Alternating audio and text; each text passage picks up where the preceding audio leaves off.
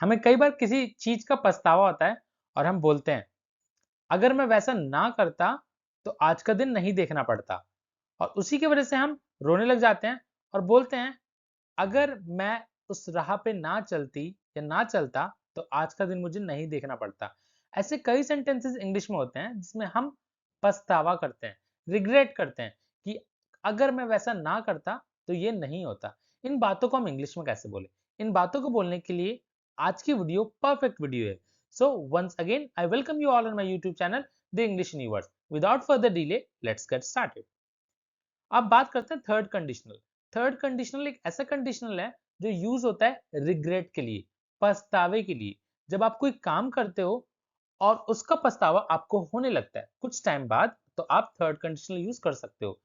अब इसे यूज कैसे करें? इसको यूज करने के लिए हैड वर्ब थर्ड फॉर्म, क्योंकि कंडीशनल का मतलब ही है दो पार्ट। अगर ऐसा ना होता तो वो भी ना होता। दो पार्ट में कंडीशनल डिवाइड होता है। पहला part had plus verb third form, और दूसरे पार्ट में हम वुड हैव यूज कर सकते हैं वर्ब की थर्ड फॉर्म, या फिर कुड हैव वर्ब की थर्ड फॉर्म, या फिर शुड हैव वर्ब की थर्ड फॉर्म। अब ये यूज कैसे करें और इनके सेंस क्या है, वो सब कुछ आपको ए टू जी हर चीज इस वीडियो में आपको पता चल जाएगी। So without further delay let's get started with the examples. पहला एग्जांपल्स आपकी स्क्रीन पे, जैसे अगर वो बाइक स्लो चलाता तो उसका एक्सीडेंट नहीं होता। If he had ridden bike slowly, he would not have met an accident. If he had ridden bike slowly, he would not have met an accident. अगर आप ध्यान से देखें तो फर्स्ट पार्ट में हमने had यूज किया है as I shared, और वर्ब की थर्ड फॉर्म ridden मतलब राइड की थर्ड फॉर्म, और सेकेंड पार्ट में भी हमने वर्ब की थर्ड फॉर्म यूज करी है जो कि है met, और would have भी यूज किया है।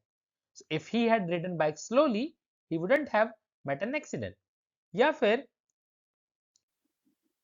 अगर मैं दूसरा रास्ता ले लेता तो मैं ट्रैफिक से बच जाता, राइट, और ट्रैफिक में नहीं फंसता।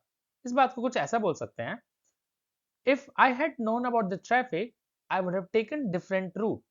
ओके, अगर मुझे ट्रैफिक के बारे में पता होता तो मैं डिफरेंट रूट ले लेता। अगर आप ध्यान से देखें, वुड हैव मतलब जो आप पास्ट में ये काम हो जाता, आपको लगता है हो जाता, पॉसिबल नहीं है, पक्का ही हो जाता, तो आप वुड हैव यूज करोगे। इसी की जगह आप ये भी बोल सकते हो, if I had known about the traffic I could have taken a different route. अगर मुझे ट्रैफिक के बारे में पता होता तो मैं डिफरेंट रूट ले सकता था। अब बोलने के दो तरीके हो गए। पहला तरीका कि मैं डिफरेंट रूट ले लेता, आपने वुड हैव यूज किया, मतलब मैं पक्का ले लेता, ठीक है। या फिर दूसरा वाला, I could have taken a different route, मतलब मैं ले सकता था, तो यहाँ आप कुड हैव करते हो यूज। बोलने के दो तरीके हो गए, आप चाहो तो कोई सा भी यूज कर सकते हो। वुड हैव मतलब आप श्योरिटी के साथ बोल रहे हो कि मैं पक्का ही लेता अगर मुझे पता होता, और कुड हैव मतलब आप जब बोल रहे हो कि ले सकता था, मुझे भी श्योर नहीं है, श्योरिटी नहीं है, बट मैं ले सकता था। या फिर अगर वो टाइम से मेडिसिन खाती तो वो ठीक हो जाती। कंडीशन क्या है? अगर वो टाइम से मेडिसिन खाती तो ठीक हो जाती। अब इसे कैसे बोले? इसे ऐसे बोलेंगे, if she had taken medicine on time she would have felt better, या फिर she would have recovered faster, वो अब तक ठीक हो जाती। if she had taken medicine on time she would have recovered faster, अब तक वो ठीक हो जाती।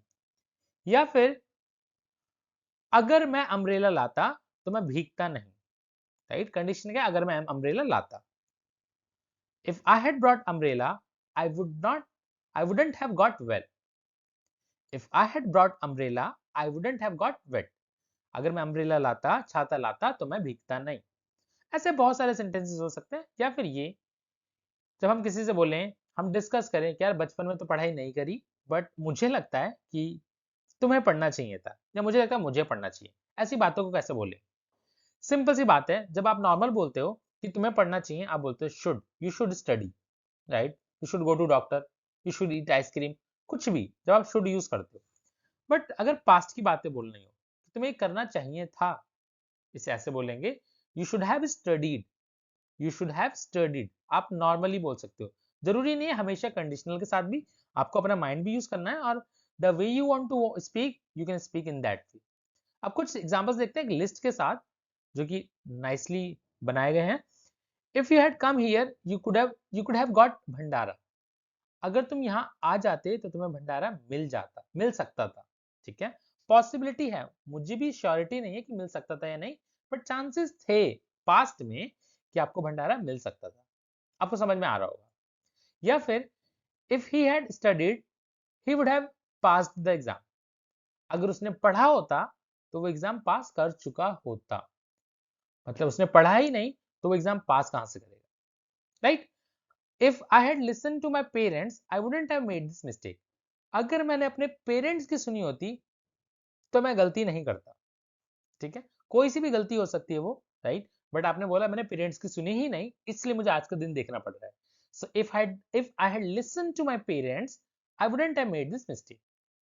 Fourth, if I had worn jacket I wouldn't have caught a cold. अगर मैंने जैकेट पहनी होती तो मुझे कोल्ड नहीं होता। कोल्ड इसलिए हुआ क्योंकि मैंने जैकेट नहीं पहनी। या फिर last one, he should have eaten something before taking medicine. उसे कुछ खाना चाहिए था दवाई लेने से पहले। ठीक है, उसे कुछ खाना चाहिए था, मतलब पास्ट में। तो आप ये एग्जांपल्स देख सकते हो। कंडीशनल का मतलब ही है कंडीशन होना, जो कि इफ से स्टार्ट होता है, राइट? पहले पार्ट में भी हैड लगा है एंड सेकंड पार्ट में भी कुड हैव वुड हैव के साथ वर्ब की थर्ड फॉर्म। बस इतना आपको याद रखना है। And if you have understood this video and if you have enjoyed this video, please hit the like button, subscribe to my channel, press the bell icon, and we'll meet in the next video. Till then, bye bye, take care people.